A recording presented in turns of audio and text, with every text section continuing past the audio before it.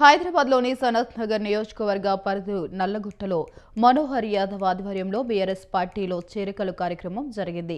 ఈ కార్యక్రమంలో మాజీ మంత్రి తలసాని శ్రీనివాస్ యాదవ్ ముఖ్య అతిథిగా పాల్గొని పార్టీలో చేరిన వారికి కండువాలు కప్పి ఆహ్వానించారు.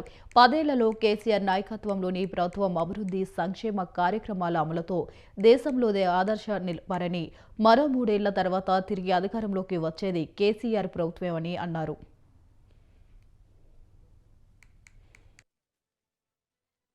మరి యువకుడు ఉత్సాహవంతుడు మనోహర్ యాదవ్ గారు, వారితో పాటు వారి యొక్క మిత్రులు, వారి సహచరులు, ఈ బస్తీలో ఉన్నటువంటి మహిళలు, పెద్ద మనుషులు అందరూ కూడా మరి బీఆర్ఎస్ పార్టీలో జాయిన్ అవుతున్నటువంటి శుభ సందర్భంలో వారికి నేను పార్టీ పరంగా మనస్ఫూర్తిగా అభినందనలు తెలియజేస్తూ ఉన్నాను.